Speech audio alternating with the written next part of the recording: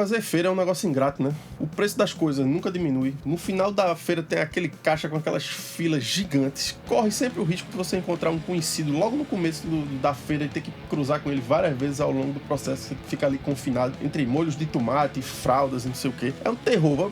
Os introvertidos é a morte, né? Isso sem falar que a humanidade, em toda a sua maestria e grandiosidade, nunca conseguiu desenvolver uma tecnologia que superasse esse processo de você tira as coisas da prateleira, bota no carrinho, depois tira do carrinho, bota na esteira, depois tira da esteira, bota no saco, depois do saco, bota na mala do carro, da mala leva pra casa, bota no carrinho novo, só. Enfim, é uma coisa, é um verdadeiro processo de tortura, né? E é por isso que hoje aqui no Elefante na Sala, dentro do nosso quadro Resenha Jabática, a gente vai falar sobre duas obras, uma história em quadrinhos e um filme que se passam nesse ambiente maléfico que é o supermercado. Rode a vinheta.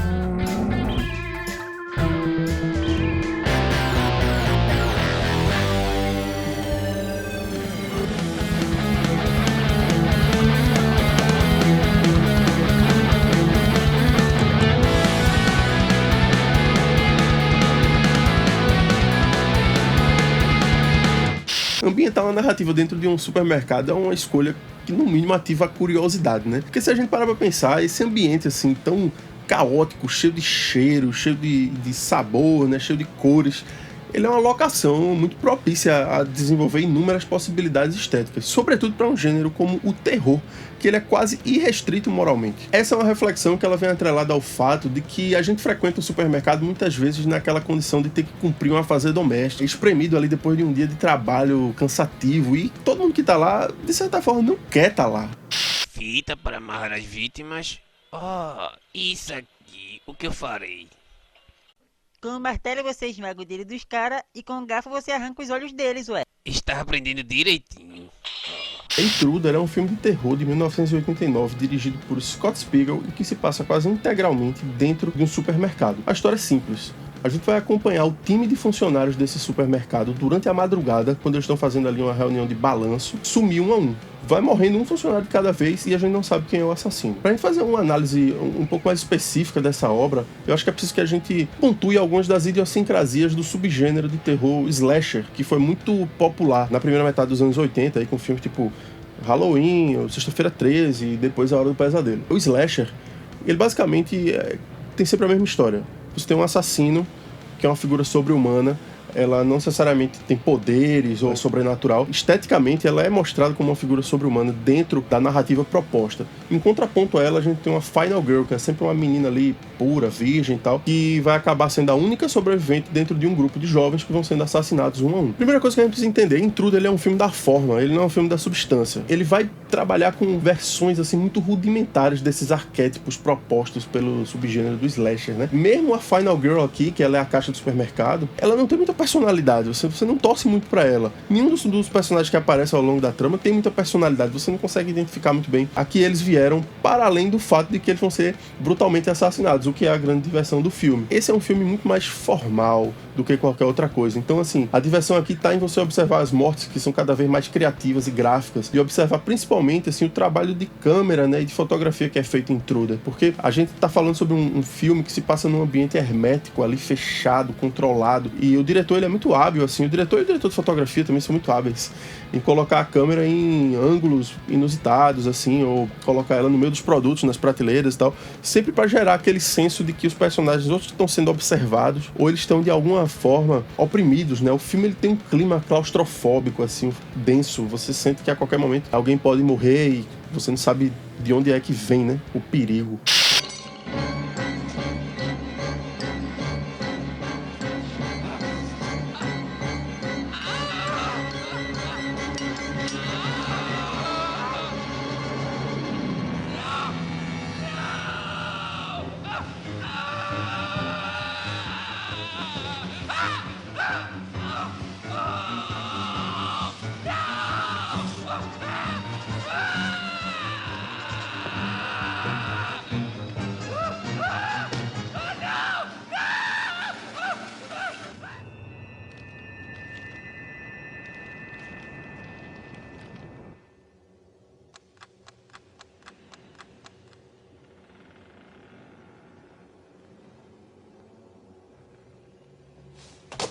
Justamente por isso eu acho que é importante a gente salientar aqui que esse foi um dos primeiros trabalhos feitos pela empresa KNB. Não confundir com KLB nem com KGB.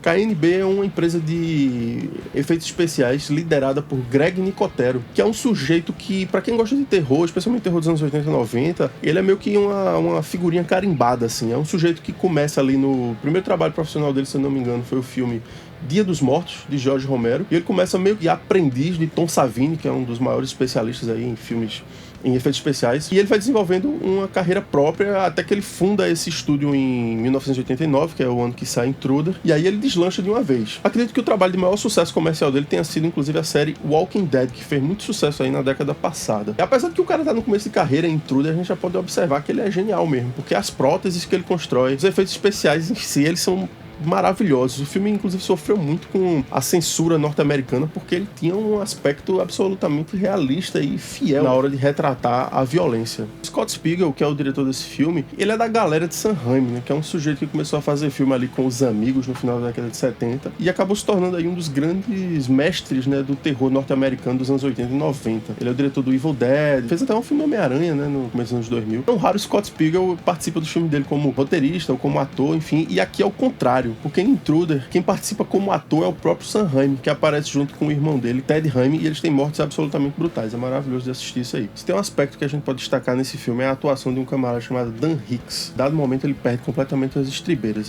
Quando você assistir, você vai saber o que eu tô falando. Intruder foi um filme que, até onde eu sei, não foi lançado no Brasil, embora eu tenha achado ele aqui com o título Violência e Terror, que é o título mais horrível possível para um filme de terror. Só que você pode assistir o filme no YouTube, porque ele tá completo aí. Eu não sei se tem legendado, mas também se não tiver, você dá seus pulos, né, cara? Intruder é isso. É um filme da forma, não é um filme do conteúdo. Você vai assistir porque as mortes são massas, você vai assistir porque assistir filme de terror é massa. Não vai esperar uma revolução intelectual desse filme. Mas ainda assim é muito divertido. Tem completo no YouTube, você pode assistir a qualquer momento. Agora mesmo, quando acabar esse vídeo, você vai fazer o quê? Deixar o like, não sei o quê, blá blá blá, e assistir Intruder, né?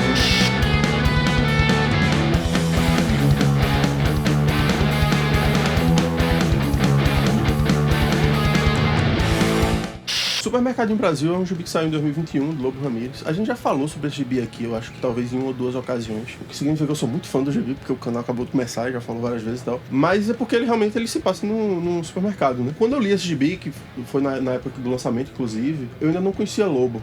E eu fiquei pensando, porra, esse cara deve ser muito fã de Intruder. O cara deve amar esse filme. Tanto é que fez um gibi que é meio parecido, assim. No FIC 2022, a gente se conheceu, eu tava tomando uma cerveja assim do lado de fora do evento. E aí eu disse, meu irmão, esse seu gibi aí, velho, foi baseado em Intruder, não foi não? E ele nem sabia nem o que era Intruder, pô. Nunca tinha visto o filme. Eu falei, porra, que onda. E assim, Supermercado Brasil, de certa forma, muito melhor do que o filme Intruder. Porque, primeiramente, se passa no Brasil, né? E no Brasil o potencial de avacalhação de qualquer coisa é anabolizado, né? As últimas consequências, né?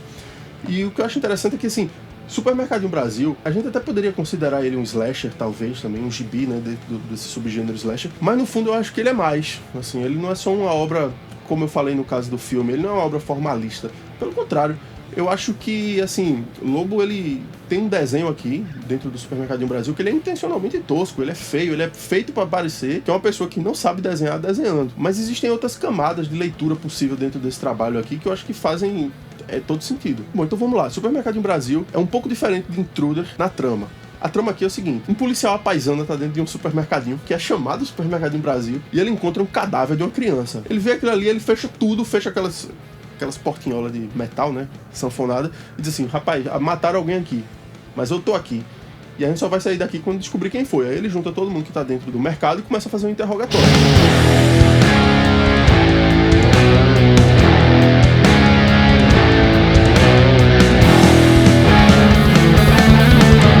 Foda é porque esse interrogatório ele acontece em torno de uma galeria de personagens que é muito cirurgicamente bem pensada, pô, muito bem arquitetada. O Lobo, ele faz uma espécie de leitura do ódio, sabe? É uma espécie de retratação dessas figuras que despejam ódio e que geram ódio nos outros e que provocam e tal, desse universo da internet, né? Quando você junta a galeria de personagens de Supermercado Brasil, parece que o que você tem realmente é um suco de Brasil, do que o Brasil tem de pior a oferecer. Ele pega todos os estereótipos e arquétipos que a gente conhece da nossa sociedade, todos é um exagero, né? Mas ele pega alguns e hiperboliza para o mal. Então, assim, você vai ter uma fundamentalista religiosa totalmente radical, uma feminista totalmente radical, violenta. Vai ter um incel que tá fazendo um bico de vestido de lagosta dentro do mercado, que é um negócio muito engraçado, essa galera que trabalha vestida de... É muito engraçado pra quem tá vendo, né? Essa galera que trabalha vestida de ursinho, de bicho de pelúcia, com aquelas fantasias horríveis. Vai ter a dupla de maconheiros, sempre muito presente, né? Nas obras da Escória Comics e de terror de uma forma geral. Vai ter uma criança, tal, vai ter o segurança do shopping, o segurança do mercado. Eu acho que o tom desse gibi é mostrar que, assim, por mais que a gente busque coesão no mundo contemporâneo, por mais que a gente busque fugir a todo custo de uma hipocrisia, o ódio ele é uma coisa generalizada.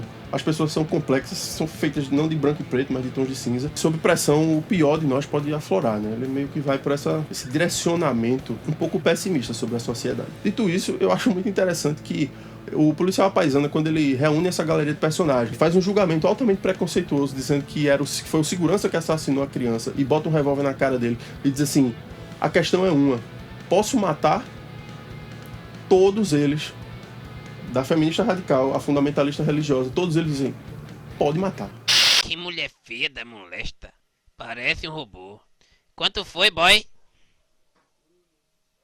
2.000.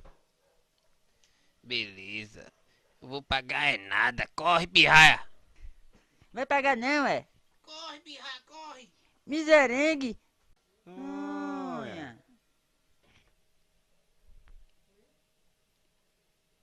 Vai pagar não, é? Aqui está seu pagamento. Ou embora eu tenha falado que Supermercado Brasil é um gibi que ele é muito mais do roteiro e da história do que da arte, e a arte é pensada para ser feita por alguém que não sabe desenhar, no fundo o Lobo consegue utilizar muito bem esse recurso aí para contar a história, né? Tanto é que ele usa uma série de ângulos retos, né, e de linhas muito consistentes para criar os cenários de Supermercado Brasil, e eventualmente ele também desloca a linha do horizonte, que é uma coisa que normalmente ela é perpendicular às bordas dos quadros, e ele consegue fazer uma espécie de angulação nelas, que causa no leitor um sentimento de vertigem, né, de falta de equilíbrio, que é exatamente o que você está passando dentro da história, né? Além disso, eu acho que a capa vale a pena ser comentada também, porque é uma pintura, é enorme essa pintura. Em 2023, quando eu estava fazendo o lançamento do meu gibi na Ria em Sudamérica, eu vi a pintura original de Supermercadinho Brasil, porque Fábio Mosini, que é o dono da Laja, ele comprou a Lobo. É uma pintura enorme. Se a gente tiver imagens aqui no nosso arquivo, deve estar passando aí nesse momento. É uma pintura enorme, feita, eu acho que é feita a óleo, e que ela emula aquele estilo vernacular, sabe, de pintura. Todo mundo conhece porque já viu aí no muro de uma borracharia, sabe, no muro, enfim, de um serviço de entrega de água e tal. Ele consegue condensar muito bem essas informações para criar o estilo artístico de Supermercadinho Brasil. Esse aqui foi o último gibi de fôlego que Lobo lançou, já faz uns 3 anos aí. A sociedade clama, né, para que ele volte aí à função de roteirista e desenhista, já que ele tá mais à frente do lado editorial, né, dentro da Escória Comics hoje em dia. E eu não sei se você dá para encontrar esse gibi por aí. Eu acho que no site da Pet Custom, que é uma empresa maravilhosa, meu amigo Cássio, beijo Cássio, daqui de Toritama, eu acho que ele ainda tem alguns aí para vender, você entra lá no site se não tiver. Ou então você simplesmente aperreia nas redes sociais para que haja uma reimpressão, caso você não tenha lido ainda.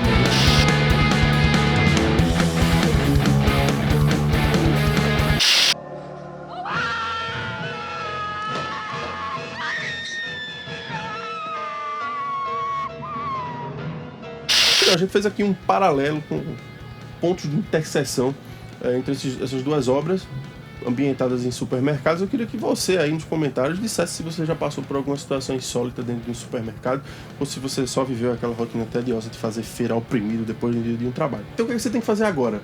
Se inscrever no canal, curtir, compartilhar o vídeo, ativar as notificações por meio do sininho e mandar esse material aqui para o máximo possível de pessoas que você conhecer, a sua mãe, seu irmão, sua tia, seu primo, o segurança do mercadinho onde você faz a feira. Todo mundo tem o direito de assistir o canal do Elefante na Sala e ser um pouco mais feliz.